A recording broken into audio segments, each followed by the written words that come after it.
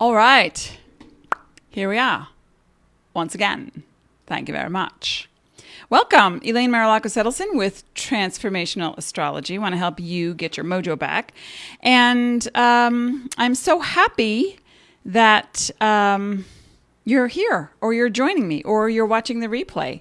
I'm very grateful. Thank you so much. I am. Gratitude is the attitude that will get us through it, no matter what it is.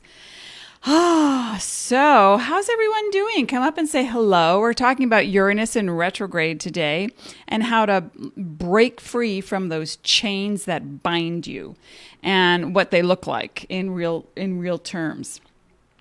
So a little shout out. We've got some new countries visiting Astrology Mojo, and that is Japan, Konnichiwa, Hong Kong. I'm sorry, I don't know. Nehoma, no, is that right? Nehoma. Anyway, sorry. Switzerland, thank you. # chocolate. And Canada. Well, wait a minute. I think I know this one. Oh, Canada, our home and native land. That's all I know. I don't know who wrote it. Okay. Will I be bursting into song, singing everyone's national anthem? I don't think so.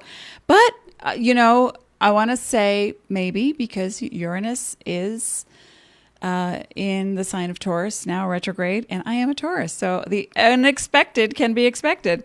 So we are talking about the keywords for Uranus and Taurus and what that looks like. Because remember, folks, the planets don't do anything to you. We live in a cooperation with the cosmos, right? So when the planets make a move, you feel it. When you make a move, the planets reflect that in the heavens by way of aspects and angles in astrology. So that's what we're looking at. And I see a lot of reflection in my glasses. I don't know why. I don't understand. I set up the lighting the same way every time. It's all right. It's just what it is. Expect the unexpected. That's what we're looking at. Hey, Leah and Lindsay. Taurus, Cancer rising, Aquarius moon. Leah is a Scorpio extraordinaire. And in this time frame with Uranus being retrograde from August 11th through December 2nd of 2019. That period, it happens every time Uranus enters a new constellation for approximately 7 years. It will move into a retrograde motion approximately 6 months out of the year. What am I saying?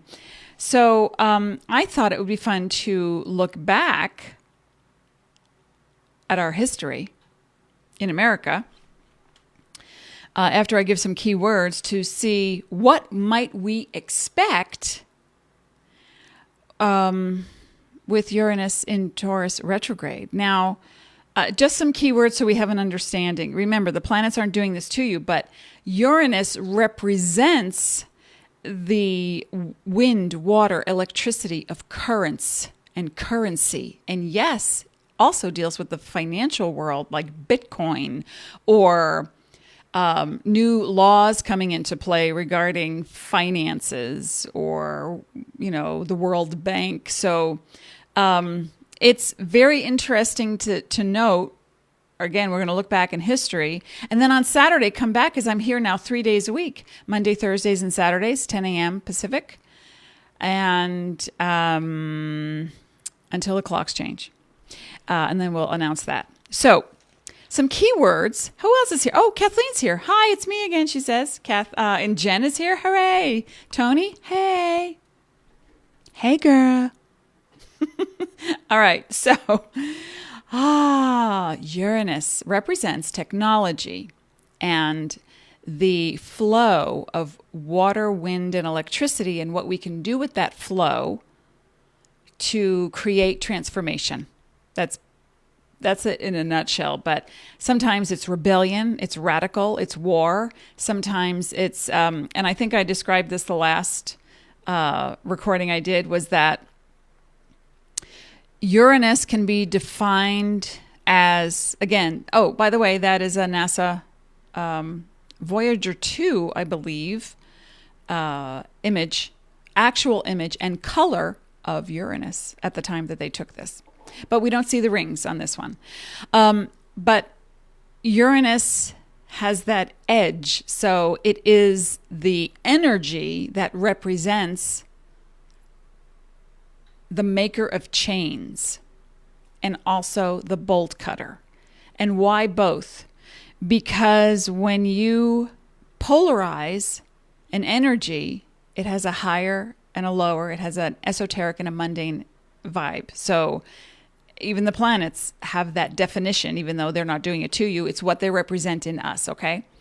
Jen says it's like romper room when I say your names.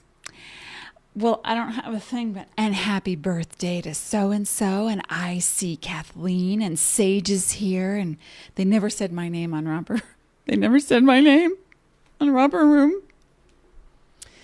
Anyway, so back to Uranus. Technology, music, invention, radical theories and concepts. Okay?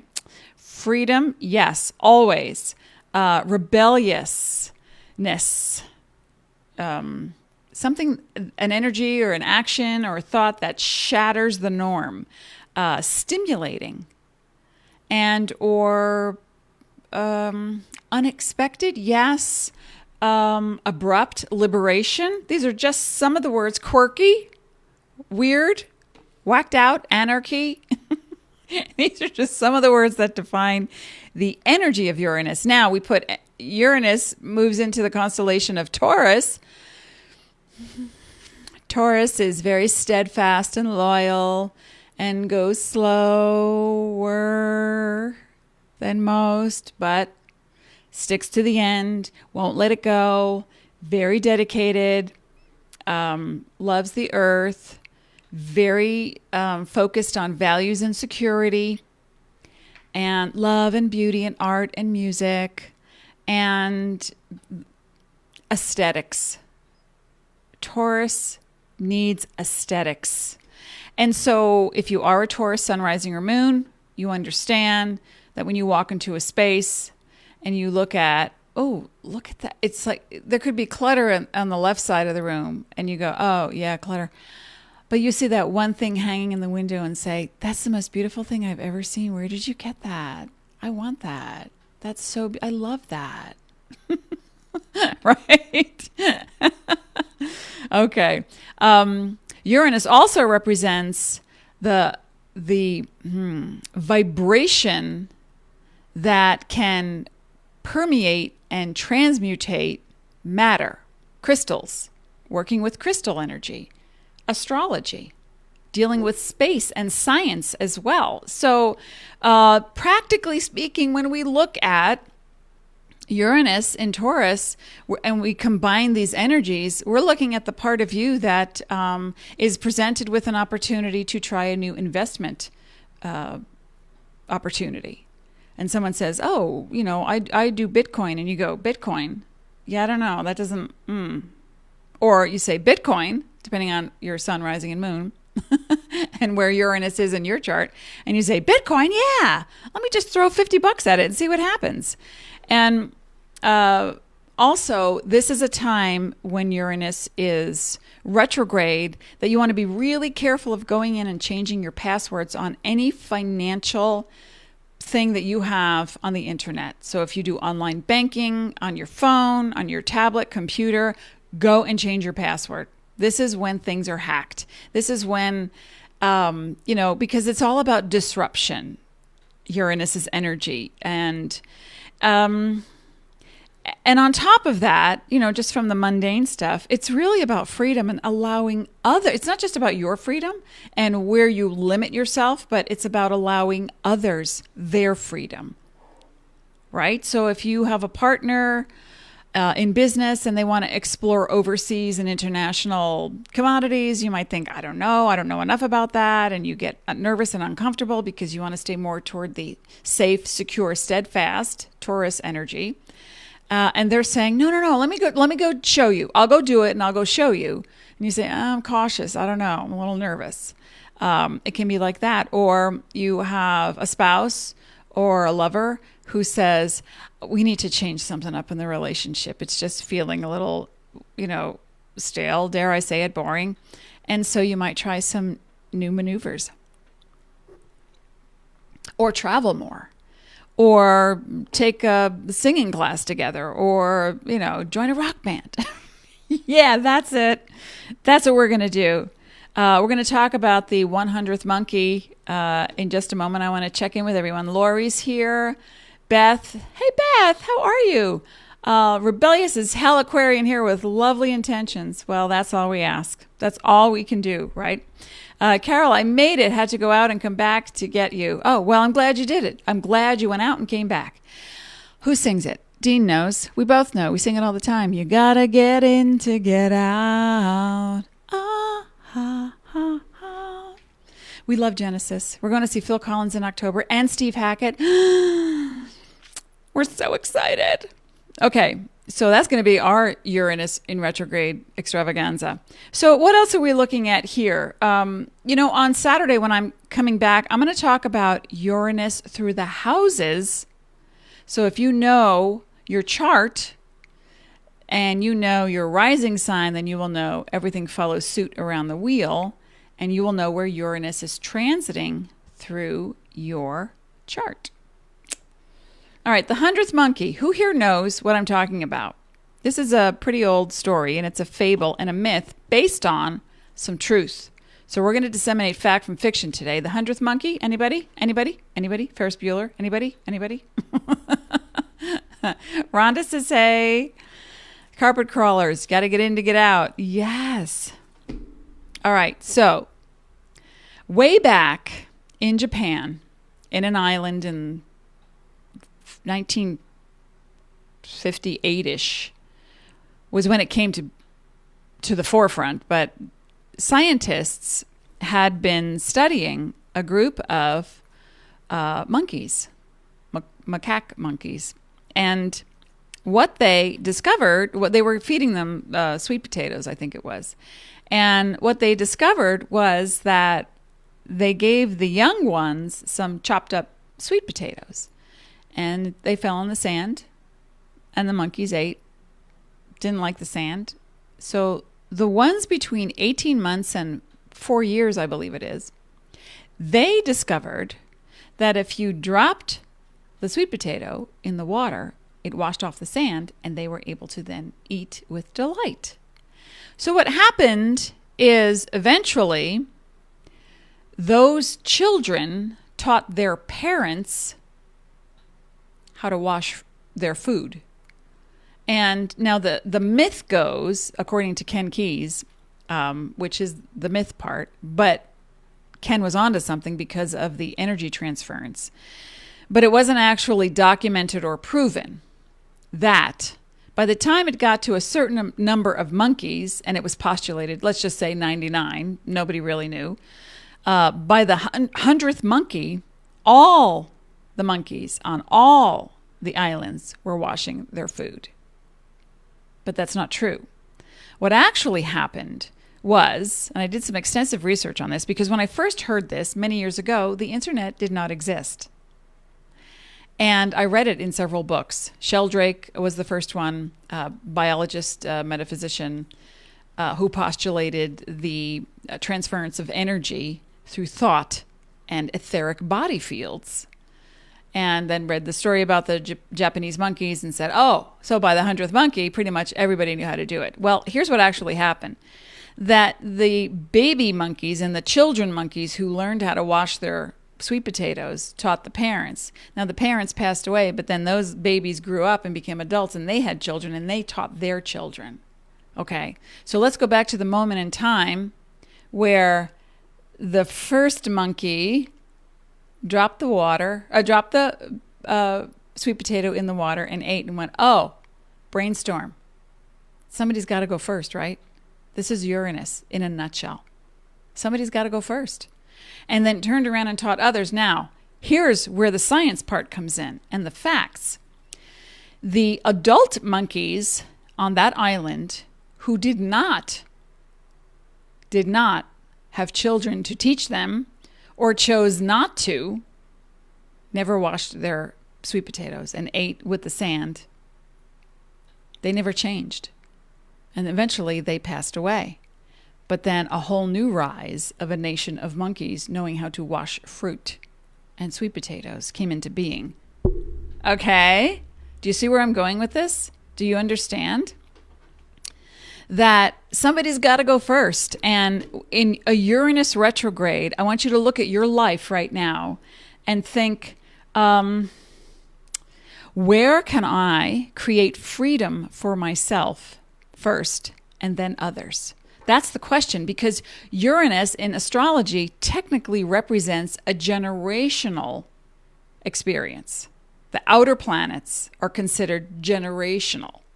Okay, so that means that Pluto is not a personal planet. Mercury, Venus, Mars, Jupiter would be considered a personal planet. Like you really have a lot invested when those planets make transits in your chart.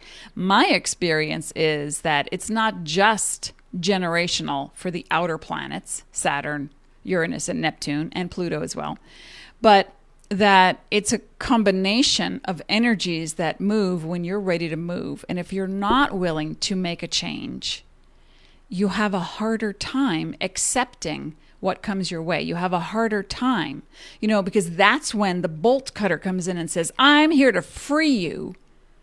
Do you want to be freed? No. Some people say, I don't know what that means. I don't know what it looks like, especially in the sign of Taurus. It's like, I don't know what that, you have to show me. I'm literal, says Taurus. Taurus shows up at a party and they want to be on time, and they show up and they're really polite and they're friendly and they hang out by the snack foods and they want to meet exciting people, and they're funny and they're witty, and they start to get tired where Uranus shows up at the party and it's like, yeah, we're just starting to jam. It's 11 p.m. Let's go.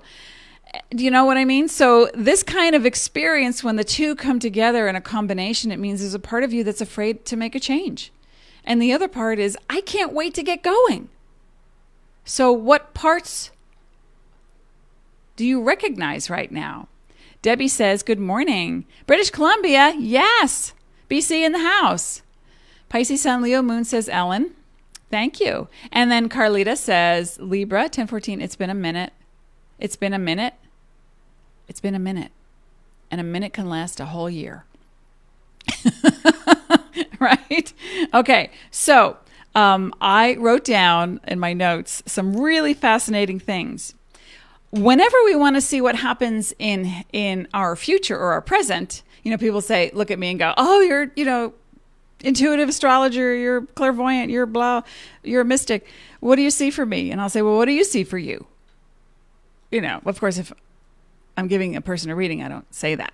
But if somebody that I meet says that, that's what I say. Because that's where it starts. Okay, so I looked back in history. The last couple of times that Uranus was big time retrograde in Taurus, what are we looking at? The years 1850 to 1859. Oh yes, children, grab your chalkboards and erasers. We're going back in time. In 1854, the Republican Party is founded during a Uranus retrograde. Reform, transformation.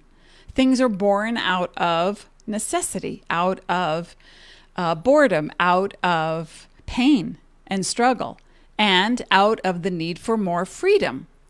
Not to say one is better than the other. It's just that things happen more like this during a Uranus in retrograde because people get a little bit more antsy to make a change. Oh, I don't agree with these people. We have to form our own committee. 1856, the U.S. Supreme Court ruled on the Dred Scott decision. Is anyone familiar with this? I remember studying this in high school. That stating that when a slave, the word itself is, when a slave was moved to a free state, they were still considered by the original contract to be a slave, and therefore were forbidden to sue for freedom. Again, a freedom issue. And then soon after, there were issues. Right? 1857, Elisha Otis installs the first elevator. All right, so there's moral and ethical issues that come to being, radical decisions for freedom or not freedom. There are technological advancements, industry, right? That was 1850 to 1859. Coming closer to us, 1934 to 1942. Here's a couple of things that happened when Uranus was retrograde in Taurus. Well, AA was founded to free people from addiction. 1935, exactly. Also in 1935, the FBI was established. Now, we could talk about what they did, how they did it, why they did it, but that it was established at all was for the safety and freedom of a nation. Also, in 1934, the U.S. Securities and Exchange Commission was established. Pretty cool. Having to deal with financial expansion, but only for some, right? Okay, what else happened? In 1936, Jesse Owens won 4 gold medals in the Olympics. Yeah, hoorah. 1937, Amelia Earhart disappeared over the Pacific. Again, utilizing higher technology. But there's a whole story on her on Netflix. If you ever saw it, it's really fascinating. 1938, Superman debuted in the comics. Right? So here's something fantastical, a person who can, champion all. They're out of the box. They're not typical. It's the unexpected. And 1936, the Boulder Dam, now the Hoover Dam, was completed 2 years early. So what I think is, also, wait a minute, I also wrote 1939, World War II began. And then 1942, Anne Frank and her family went into hiding, and that's when she started writing. So when we look at what are we trying to be free from? What are we freeing ourselves from? Where do you limit yourself so much that you're just going to bust a move and make a declaration, which you don't want to, we want to shy from declarations, don't we? Don't we now? Yes. That's it. So right now, I'd like you to talk to me. Where do you feel, hey, Dawn's here, and Carlita, yes. Where do you feel restricted? Now, you might say, well, my financial situation, I'm restricted, so I can't join the gym, and I can't get in shape. You have, if you have an internet connection, and you have YouTube, excuse me, Facebook, Pop Fit Sugar has tons of free videos on exercise. You know what I'm saying? So you can use technology right now to free your mind. Also, a mantra literally means to free the mind, to protect the mind. So if you used music, chanting, the internet, computers, I'm not saying get lost in something and stay there. That would be a Neptune energy where it's like, I just want to go binge watch 80,000 really happy movies about magic, no. What I'm talking about is to use technology to your advantage right now to think beyond your limitations. Now, sometimes that's hard to do, but you've got to be first. You have to be the first one to do it for you. Now, others may do it and then give you permission. That would be the Taurus part of the program, looking at someone saying, I really need help. I don't know how to get started. I look at my husband, Dean, for that, because Dean, has these amazing ideas. And I'll just be going along, la, la, la. And Dean comes by and says, hey, what if we tried this? And I'm like, that never came into my awareness, because that's his forte. So I rely on people to show me something. Now, because I am a Taurus, and because sometimes I like to be shown new things, but I don't necessarily want to go at the speed of light the moment I hear about something new. I have to process it. I have to think about it. I have to get comfortable with it. I have to visualize it. I want to paint a picture around it with my life, with me in the middle, right? So come talk to me, folks. What you got? Carol says, I just made a big move to another state on my own with my dog. Now what? Question mark? You're free. You're free of some restrictions, aren't you? And you know, power to you, more kudos. That's a bold move. And so to have that support around you, support here on this comment thread, the support from others in your life, but more than that, self-support, and then looking up and out into the universe to say, what is it that limits my belief where I think I am subjected to victimization? Because remember, Uranus represents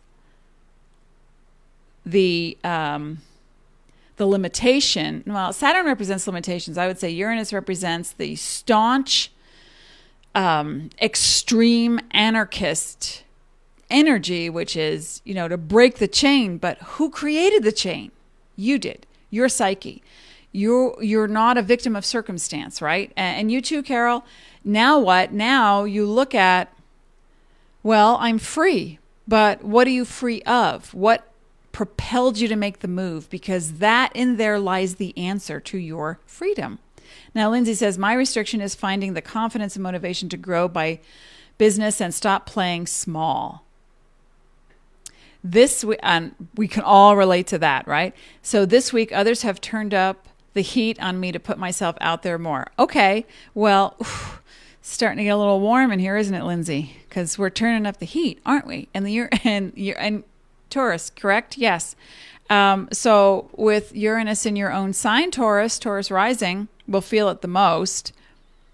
That and Taurus moon will have this experience of, I'm not ready, I don't know enough, I'm scared. But watch out for your physical and your emotional responses to doing something different. So everybody, I want you to just look at the things that you do that you're comfortable doing.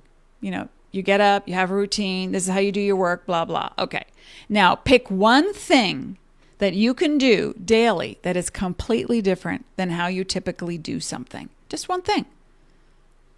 How you make breakfast, how you work out, how you approach business, and utilizing technology. So it would be websites, computers, research online for anything. Just ask to be guided. This is a really great time astrologically and spiritually and energy-wise to ask to be guided, because just like that 100th monkey theory, what happens is, did all the monkeys suddenly consciously understand by the time it got to a certain number, boom, everybody in that world knew how to wash their fruit and their vegetables? Well, when Uranus energy moves into the body and moves out of the body, it shows in the etheric field. Now, we talked about the aura, correct? A couple of events ago. And I talked specifically about, you know, you've got your physical form, then there's the emotional body. There's a physical body, emotional body. There's the astral body, the etheric body. So this is where Uranus shows up. So when you have a bright idea in your aura, it shows up. If you can go somewhere, it doesn't cost a lot of money, but if you can find someplace near you that does aura readings and give it a chance. Meditate before you go on the issue that makes you feel stuck. Like, I'm afraid to move forward in business. What do I do now? Says Carol. You know, how do I approach this? You know, what really does need to change? You may not know. But the thing that you're complaining about the most, okay, there's a clue. So, but if you do know where you want to stretch and really expand your awareness, I think if you did a meditation right before you have some aura photography done, I think you will see in your aura some of the colors that show the electric vibe of Uranus will demonstrate to you that you're ready for something really different. And it doesn't have to be overnight like that. For some people it will be, but and who's to say if that's a positive or negative thing for people? But it's really important. Hiya, Galet's here. You're not late. You're right on time, always. It's an energy, Uranus is an energy that helps you to break free from an inner restriction that no longer serves you. So if if you were just diagnosed as having, a failing something or other, and you're still drinking alcohol and smoking cigarettes, that's a choice. You can go out with like, nobody's gonna, I have a relative who literally, eats chemicals and sugar. And at one point they're, an older person, at one point their blood sugar was in the like 400 to 500s for weeks. How did they not have a stroke or a heart attack? The will alone. Stubborn, angry, that's the anarchist part of the energy I'm talking about. But if you know you have a choice and you want to leave this world, then go out the way you want to go out. If you want to leave a situation that's not supporting you, you have to ask yourself, what is it about me and my behaviors did not allow the support? It's not about them. Okay? Please understand that. A lot of people will say, oh, he did this and she did that, or they didn't do this and I never got this. And it's like, okay, well, are you ready to allow it to come? That's the radical transformation in you that needs to happen first. Does that make sense? Thumbs up, give me a nod, yay.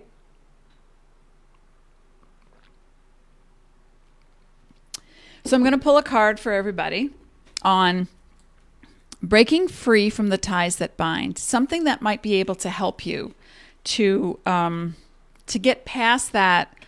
I'm stuck, I'm afraid, what do I do now? I'm not sure how to work it. So, Carol says, OMG, you're so right. Oh my gagas. I was going to try to sing Shakira today, but it wasn't coming out. So I could do some Gaga. Nah. I'll let Gaga do Gaga. All right, so focus on the Uranus vibe and what can assist you in really moving that energy. Oh, here's interesting. These two cards were stuck together. And the first one is reciprocity. Reciprocity? What does that mean? Okay, number one, I want to tell you something.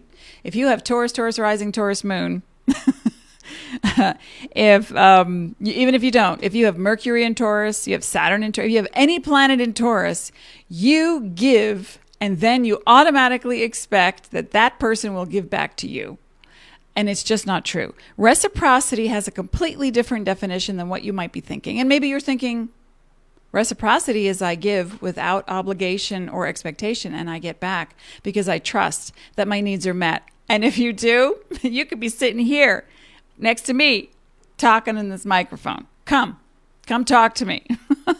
Reciprocity is not the I gotta give to them because of obligation, guilt, something that's not true or authentic. And then you give and then you expect. It's got to come back from that person. But then unexpectedly, here comes a surprise from the universe. Reciprocity. So I want you to ponder who you are with reciprocity. That if there's any kind of expectation around any of your giving, it's not wholly compassionate. There is motive. Now, I have known a lot of... Now, Uranus is the planet that guides Aquarius. And I have known a lot of Aquarius rising, Aquarius moon people who are very generous, very caring, would stop in a blizzard to change your flat tire. But at the same time, they clamor for the front of the line on some level. Or they got to get there. They got to get it first, got to do it first so that there's enough. And the underlying unconscious, false belief is there's not enough to go around. So if you have any belief at all in there's not enough of fill in the blank to go around, which means you're left out, then that's something to ponder regarding reciprocity. Okay, does that make sense? Now the second card that I pulled, it kind of matches the background. That's trippy. Purpose. What's your purpose? You know what your purpose is. That's why you've come. And I think too that a lot of people come with, there's got to be a grander purpose. Number one, your purpose is to be present. That's why you came here, to align body, mind, and spirit. How we doing? How we doing on that? I want you to keep going with purpose. And anytime you give with a motive behind it, can't do it. Because Uranus is here to break that bind, that tie that binds you to victimization, poverty consciousness, there's never enough. You know, anytime you're about to give with a motivation, like, scoring some karma points, or, if I give to them, then, they'll curry favor. When I need something, I'll get it back. No. Because if you give from compassion without the expectation of getting back, you know what happens? You get back times 10. You do. But it's not always from expected sources. That's the big surprise. That's what Uranus likes to show you, is the big surprise. Does that make sense? I'm coming back on Saturday.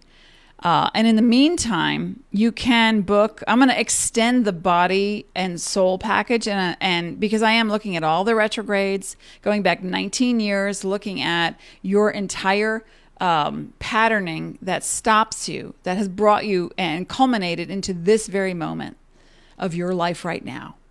And how we can move some of that energy. And it's going to happen a little at a time. So, if you explained to someone at a party, or you're sitting next to someone at a dentist's office, and they say, what do you do? And you go, I do this, I do this, I do this, I do this, I do this. They're overwhelmed. But you don't do all those things every day, all the time. That's a culmination of everything you are. So it took you a while to get there. So now I want you to think about,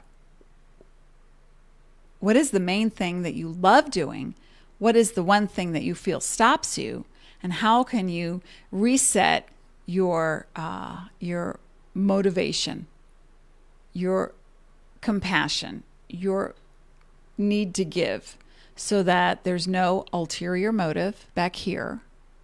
And then you start breaking ties that bind you to a false existence. That's what I'm asking you to do.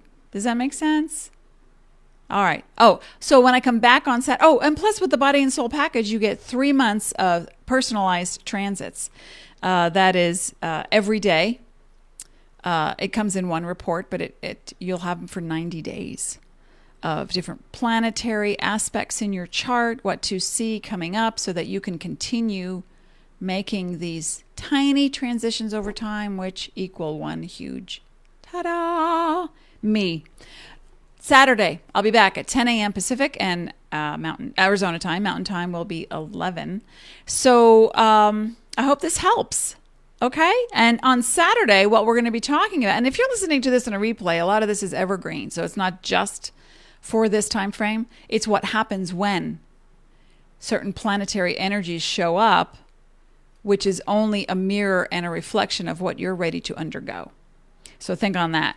And we are still in the Jupiter phase as well. So that's a big deal, which couples that. So we're going to look at, on Saturday, we're going to look at Uranus moving through different houses. And if you know what your chart looks like, then you'll know where Taurus is, and you'll know what you can most likely expect. All right, I'll be back. Be well, be sparkly, be spontaneous, be free, be present. You are the gift.